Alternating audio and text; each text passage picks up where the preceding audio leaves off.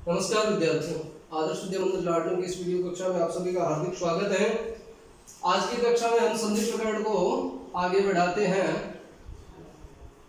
संधि प्रकरण के अंदर अपने स्वर संधि चल रही थी और स्वर संधि के अंदर हमने दीर्घ संधि पढ़ी, गुण संधि पढ़ी और वृद्धि संधि पढ़ी। आज हम यण संधि, यण स्वर संधि और अयादि संधि के बारे में चर्चा करेंगे। अयादि स्वर संधि।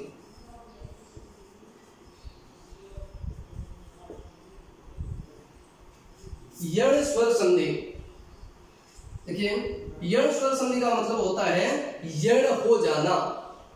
इसका नियम होता है इक यण अचि, ये इसका नियम है।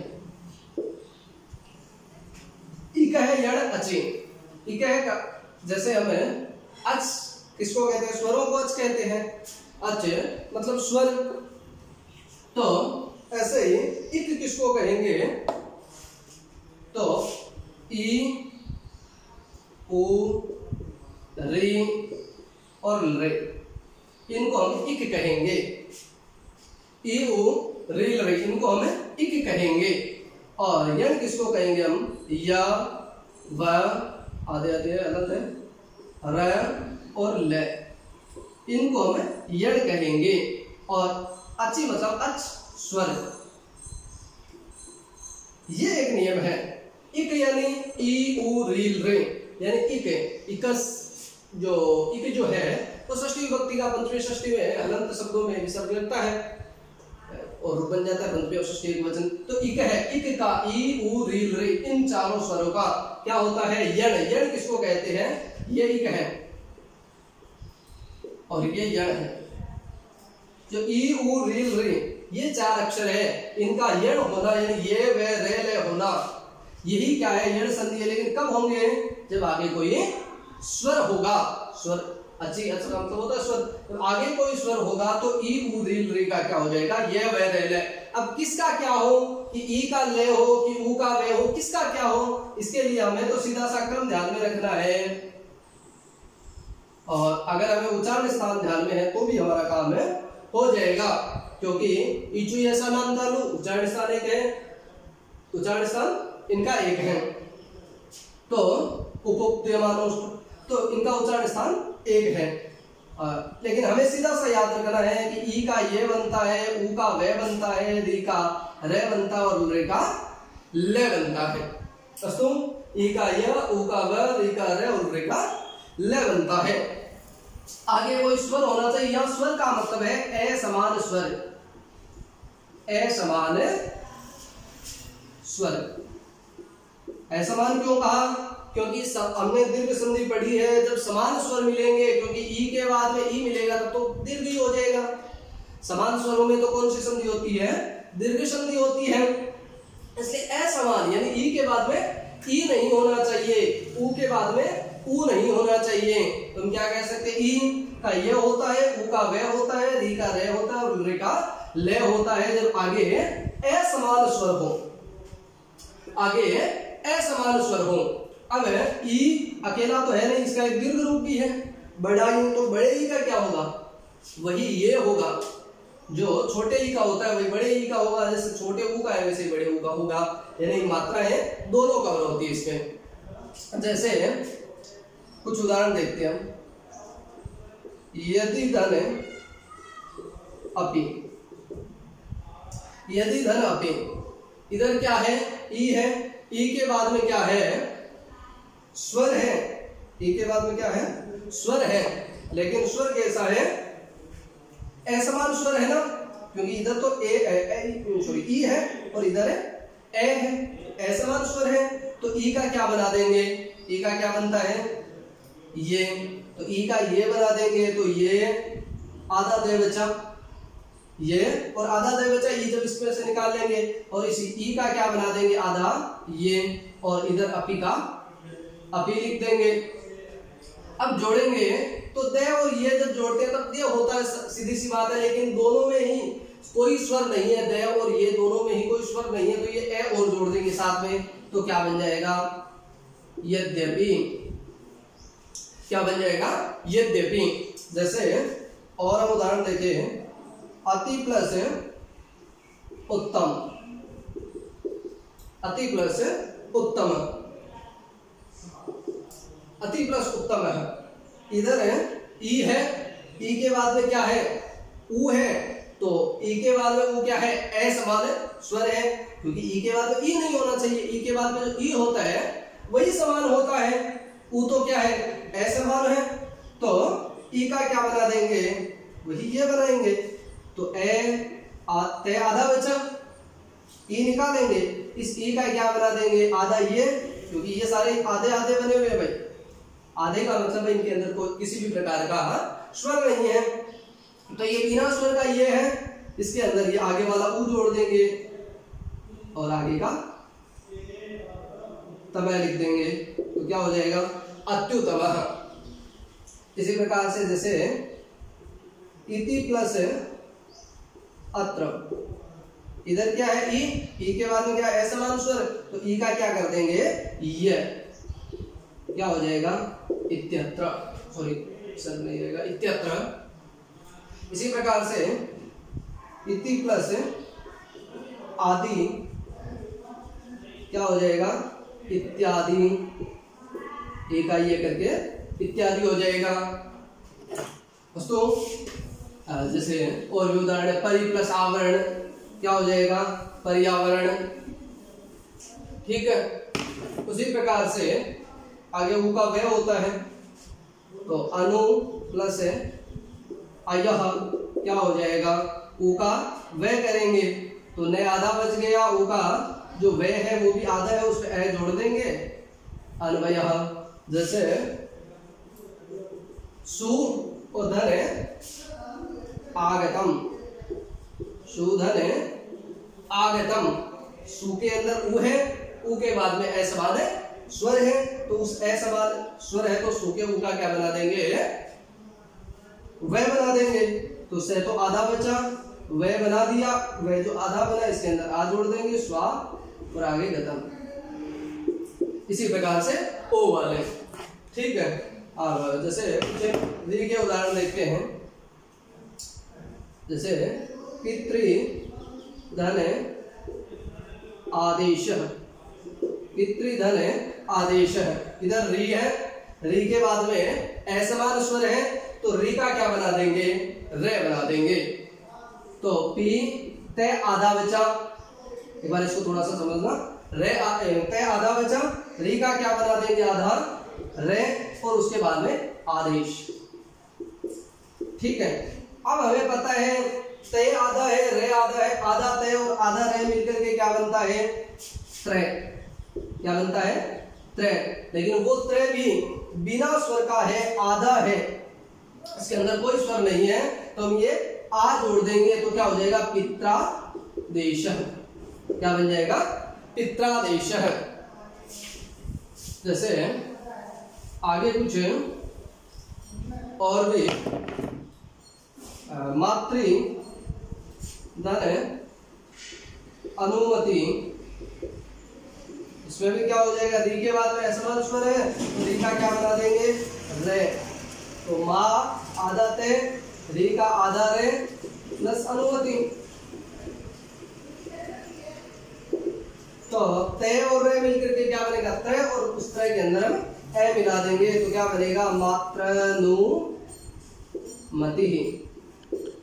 क्या बन जाएगा? मात्रनुमति। अस्तु,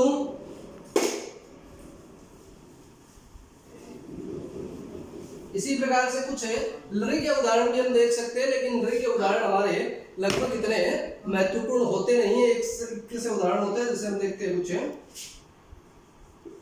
लृ प्लस आकृति, लृ है, लृ के बाद में असमान स्वर है, तो लृ का क्या बना देंगे? ले बना देंगे, तो लृ का ले बन गया, ले तो आधा बनेगा, हलंत रहेगा, इसमें आगे वाला आ मिला देंगे, लाकृति। लाकृति, लादेश आदि हम द्रव्य के उदाहरण भी देख सकते हैं। अस्तु, इसी प्रकार से आगे हम देखते हैं। तो ये यण संधि के विषय में था। आगे हमें अयादि संधि। अयादि का जो नियम है वो है एच है आय आय आव आय देख लीजिए आय आव, ये नियम है। एच, एच किसको कहेंगे? ए आई ओ औ। ए आई ओ औ को हम क्या कहेंगे? एच कहेंगे। इनका थोड़ा सा जो क्रम है वो सही क्रम व्याकरण की दृष्टि से ऐसा है, जो ए ओ आई और औ, इनका क्या बनता है? इनको एच, जो एच है ए ओ आई औ, इनका क्या बन जाता है? आय, उसके बाद में आय आव आय और आव, आय आव आय आव।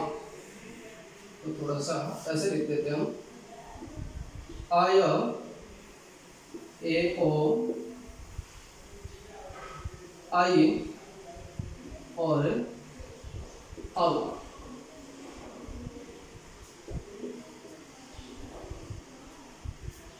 एच है आय आव आय आव, ए का आय, ओ का औ, आई का आय और औ का आव बनता है। कब बनता है? जब आगे स्वर हो। यहाँ पर स्वर के विषय में समान असमान की बात नहीं है, क्योंकि हमने कभी ऐसा इसमें असमान क्यों कहा था? क्योंकि ई के बाद में ई होने पर दीर्घ ई हो जाता है, लेकिन यहाँ ए के बाद में ए होगा तो दीर्घ संधि नहीं होगी। इसलिए ए का क्या बनता है? आई, ओ का क्या बनता है? औ, आई का आय और औ का आव बनता है। कब बनता है? जब बाद में कोई स्वर वर्ण रहेगा। जैसे ने प्लस अनम, ने प्लस अनम, इधर क्या है? ए है, ए के बाद में क्या है? स्वर है। यहाँ समान असमान नहीं देखना है, स्वर है। ए के बाद में स्वर है तो ए का क्या बना देंगे? आई बना देंगे। तो ने तो आधा बचा, एक बार अलग से लिख करके देखते हैं। ने आधा बचा, ए का आई बना दिया और आगे अनम है, जोड़ेंगे तो न और ए मिलकर के क्या बन गया? पूरा न। ये और ए मिलकर के क्या बन गया? पूरा ये, और आगे नम, नए नम। तो इसी प्रकार से जैसे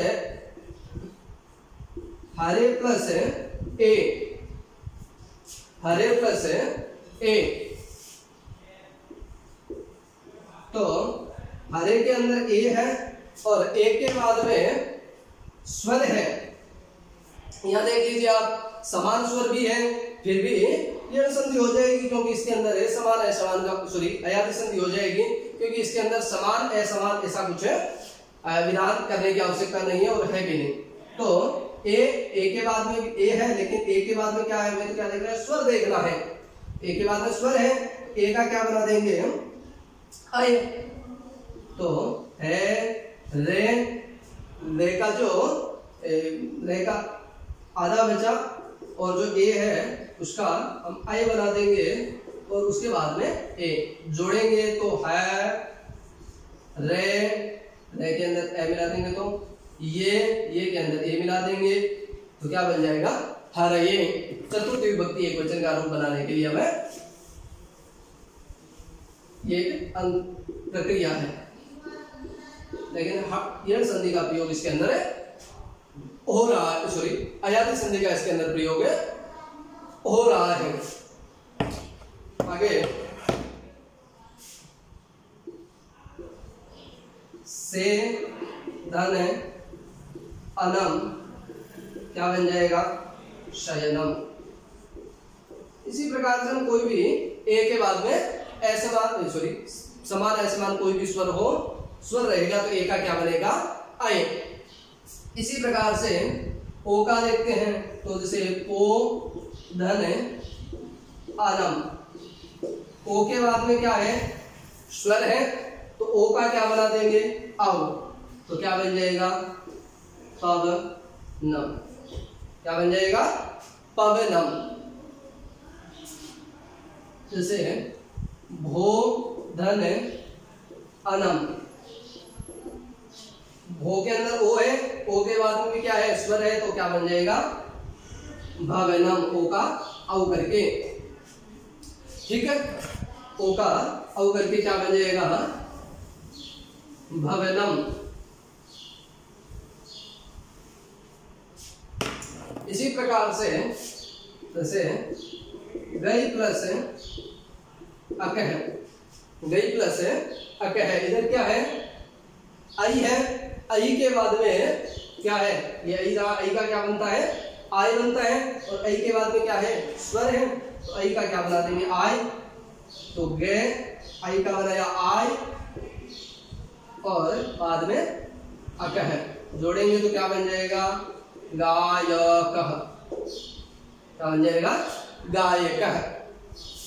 ऐसे ही नई धन अकह, आई के बाद में क्या है स्वर है, आई का क्या बनेगा आय, तो क्या बन जाएगा नायकः, क्या बन जाएगा नायकः। ऐसे ही देखिए जैसे बहु प्लस उकह, बहु प्लस उकह, औ का क्या बनेगा आव, तो भय का तो भय रहा, औ का आव बनाया हमने, आगे स्वर है इसलिए, और आगे उकह जोड़ेंगे तो क्या बनेगा भय और आ जोड़ा भा, वय और उ जोड़ा ऊ, और क और विसर्ग, क्या बन जाएगा भावकः। ठीक है, ऐसे ही औ प्लस अकह, औ है, औ के बाद में स्वर है तो औ का क्या बनाएंगे औ का आव बनेगा, तो क्या बन जाएगा पावकः, क्या बन जाएगा पावकः। इस प्रकार से हमें अन्य उदाहरणों का भी अभ्यास कर सकते हैं। तो यण संधि में हमने पढ़ा कि यानी ई उ रील रि का के बाद में असमान स्वर हो तो ई का य, उ का व, री का र और रे का ल बन जाता है। असमान स्वर होना चाहिए क्योंकि समान स्वर में दीर्घ संधि हो जाती है। जैसे हमने कुछ उदाहरण पढ़े थे यद्यपि आदि अस्तु। और अयादि संधि में क्या है ए का आई बनता है, ओ का औ बनता है, आई का आय बनता है, औ का आव बनता है। बाद में कोई स्वर होना चाहिए, समान असमान का कोई विषय नहीं है, कोई भी हो स्वर होना चाहिए। तो ए का आई, औ का आव, आई का आय और औ का आव बन जाता है। तो यह आपको यण संधि और अयादि संधि समझ में आई होगी अच्छी प्रकार से। इनके अन्य उदाहरणों का अभ्यास करके हम इसको अच्छी प्रकार से अभ्यास में ले सकते हैं, अभ्यस्त हो सकते हैं इसके विषय में। इसी आशा के साथ कि आपको ये संधि अच्छी प्रकार से समझ में आई है, आप इसका पूर्ण मनोयोग से अभ्यास करेंगे। हरिओम।